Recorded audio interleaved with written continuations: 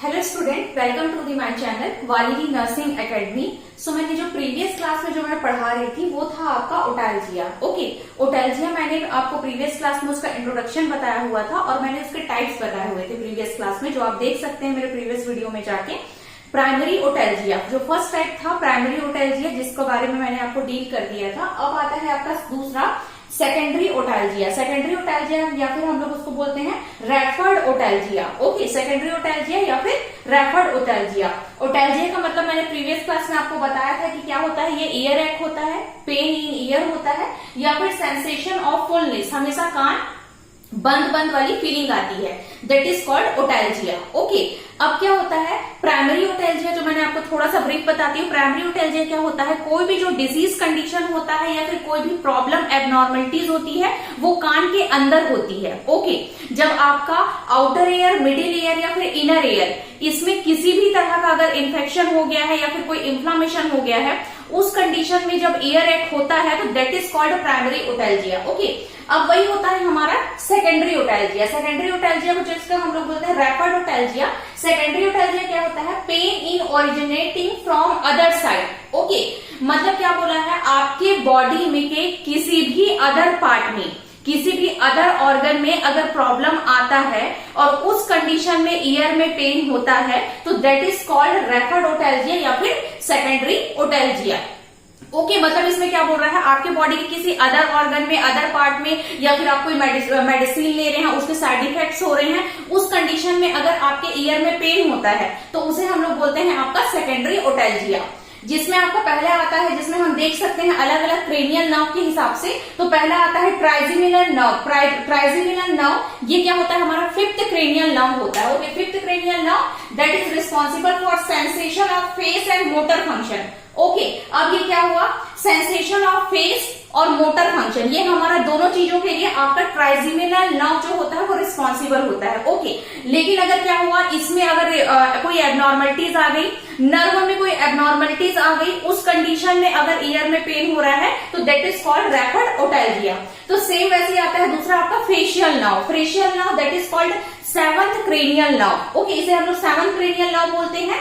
This is come from teeth sensation. Okay, जब आपके teeth में सेंसेशन होता है, टीथ में प्रॉब्लम हो गई है, डेंटल प्रॉब्लम हो गया, आपको दांत में दर्द हो रहा है, तो नोटिस करना जब दांत में दर्द होता है तो ये जो कनेक्शन होता है वो आपका एट्थ क्रेनियल नर्व से भी कनेक्शन होता है। Because of that facial nerve is a seventh cranial nerve. Okay, तो जिसकी वजह से क्या हो सकता है, आपको सेकेंडरी ओटाल्जिया हो सकता है। ओके, फिर आता है आपका वेगस नर्व। वेगस नर्व क्या होता है, that is called tenth cranial nerve. Vagus nerve को हम लोग क्या बोलते हैं, टेंथ क्रेनियल नर्व। ठीक है, ये क्या होता है, लॉन्गेस्ट क्रेनियल नर्व होता है, हमारे पूरे क्रेनियल नर्व में सबसे लॉन्गेस्ट क्रेनियल नर्व होता है in the body and has many function. ये बहुत सारा फंक्शन करता है जो वेगस नर्व होता है। अगर मैंने आपको क्या बताया था, बॉडी के किसी भी ऑर्गन में या किसी भी पार्ट में अगर कोई प्रॉब्लम आती है, उसकी वजह से अगर ईयर में पेन हो रहा है तो दैट इज कॉल्ड रेफर्ड ओटाल्जिया। तो वेगस नर्व इसमें आएगा ही आएगा, रिस्पॉन्सिबल है, क्योंकि ये लॉन्गेस्ट क्रेनियल नर्व होता है बॉडी का और has many function and sending signal that control the involuntary sensation and motor function. Okay, मतलब ये क्या बोल रहा है, ये क्या करता है, सिग्नल सेंड करता है। ठीक है, ये जो नर्व है ये सिग्नल सेंड करता है और जो क्या करता है, कंट्रोल इनवॉलेंट्री सेंसरी और मोटर फंक्शन को, जो हमारा इनवॉलेंट्री जो आपका सेंसरी और मोटर फंक्शन है उसको क्या करता है, वेगस नर्व कंट्रोल करने का काम करता है। ओके, ये था आपका रेफर्ड ओटाल्जिया। प्राइमरी ओटाल्जिया मतलब क्या हुआ, प्राइमरी ओटाल्जिया मतलब पेन जो होगा वो आपका इनसाइड द ईयर, ईयर के अंदर अगर कोई भी प्रॉब्लम हो रहा है आपका आउटर, मिडिल या इनर ईयर में, तो उसे बोलेंगे हम प्राइमरी ओटाल्जिया।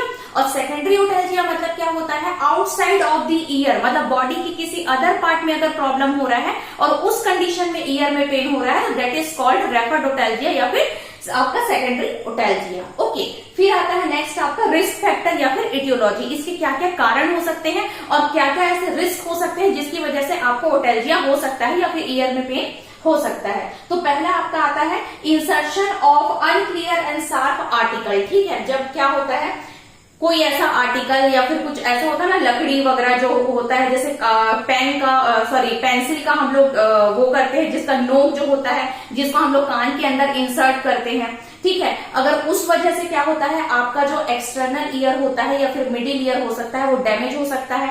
टिम्पैनिक मेम्ब्रेन, जो कान के पर्दे होते हैं, वो फट सकते हैं। उस कंडीशन में ओटैल्जिया हो सकता है, रिस्क है।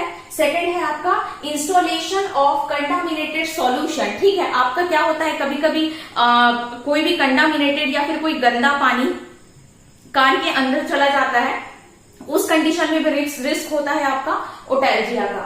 ओके, फिर आता है स्विमिंग इन पॉल्यूटेड वाटर, वही है गंदे पानी में अगर जो पर्सन है वो नहा रहे हैं या फिर तैर रहे, खासकर बच्चों में ये चीज बच्चों में बहुत ज्यादा देखने को मिलता है। तो वो गंदा पानी कान के अंदर अगर चला गया है तो उस कंडीशन में बैक्टीरियल इन्फेक्शन होगा और जिसकी वजह से ओटैल्जिया कॉज कर सकता है। ओके, देन आता है upper respiratory tract infection. Upper respiratory tract infection मतलब आपका अपर रेस्पिरेटरी, ठीक है, अपर रेस्पिरेटरी सिस्टम की बात कर रहा है, जिसमें आपका आता है नासोफेरिंक्स।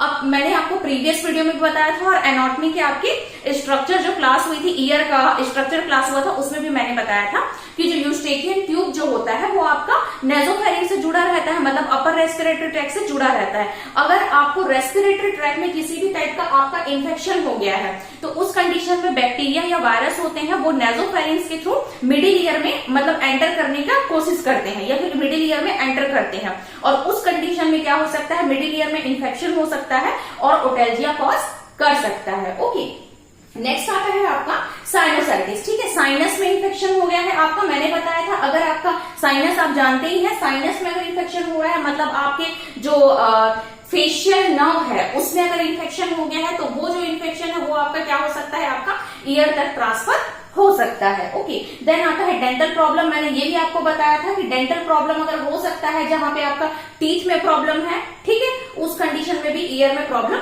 हो सकता है या फिर ईयर में पेन हो सकता है। ओके, तो ये था आपका सेकेंडरी ओटैल्जिया, जिसके ये थे आपके रिस्क फैक्टर और इटियोलॉजी। नेक्स्ट हम इसमें देखेंगे पैथोफिजियोलॉजी। ओके, पैथोफिजियोलॉजी में आपका क्या आएगा, सबसे पहले ड्यू टू इटियोलॉजिकल फैक्टर। मैंने अभी बताया था आपको इतने सारे इटियोलॉजिकल फैक्टर कि अगर पॉल्यूटेड वाटर अगर कान के अंदर इंसर्ट हो गया है, डेंटल प्रॉब्लम हो सकता है, साइनसाइटिस हो सकता है, या फिर कोई साफ आर्टिकल्स कान के अंदर चला गया है किसी भी रीजन से, ठीक है, या फिर आपका कोई भी इन्फेक्शन या वायरल बैक्टीरियल इन्फेक्शन की वजह से आपका क्या हो सकता है, ओटैल्जिया कॉज कर सकता है। इटियोलॉजिकल फैक्टर जैसे एक्यूट ओटाइटिस मीडिया या अपर रेस्पिरेटरी ट्रैक इन्फेक्शन बताई थी। एक्यूट ओटाइटिस मीडिया हो सकता है, मिडिल ईयर में इन्फेक्शन हो सकता है, या फिर अपर रेस्पिरेटरी ट्रैक इन्फेक्शन, जो अपर रेस्पिरेटरी सिस्टम है वहां पे इन्फेक्शन हो सकता है। उस कंडीशन में क्या होगा, आपका यूस्टेकियन ट्यूब जो होगा उसमें स्वेलिंग हो जाएगा। ओके, यूस्टेकियन ट्यूब में स्वेलिंग होगा तो फिर क्या होगा, collection of drainage in middle ear, ठीक है। अब यूस्टेकियन ट्यूब में स्वेलिंग हो चुका है, यूस्टेकियन ट्यूब में स्वेलिंग हो गया, वो एयर को पास ऊपर नहीं कर पाएगा, एयर को पास वो ऊपर नहीं कर पाएगा तो वहां पे बैक्टीरिया क्या हो जाएगी, आपको एयर पास करने का स्पेस ही नहीं मिल पाएगा एक्सटर्नल ईयर और मिडिल ईयर के बीच में, क्योंकि टिम्पैनिक मेम्ब्रेन क्या हो जाएगा, डैमेज हो जाएगा। जो टिम्पैनिक मेम्ब्रेन जिसे कान का पर्दा बोलते हैं वो जो हो जाएगा वो डैमेज हो जाएगा। उस कंडीशन में क्या होगा, वहां पे क्या होगा, मिडिल ईयर में कलेक्शन ऑफ ड्रेनेज मतलब फ्लूइड का कलेक्शन वहां पे होने लगेगा, ठीक है, जिससे वहां पे क्या होता है, पस भी निकलने लगता है। फिर उस कंडीशन में क्या होगा, ईयर एक होगा या फिर ओटैल्जिया होगा, ठीक है। उस कंडीशन में क्या होगा, कान में दर्द हो सकता है या फिर ओटैल्जिया कॉज कर सकता है। ओके, ये था आपका पैथोफिजियोलॉजी। अब पैथोफिजियोलॉजी के बाद हम देखते हैं नेक्स्ट आपका क्लिनिकल मैनिफेस्टेशन या फिर sign and symptoms.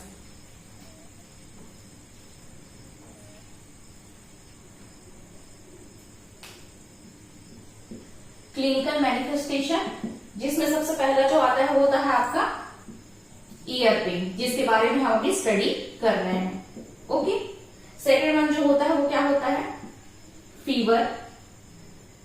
Third one sensation of fullness. Fourth one irritability.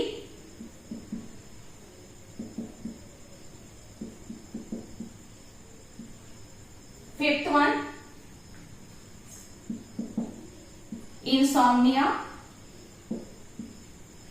Sixth one headache, swelling around ear,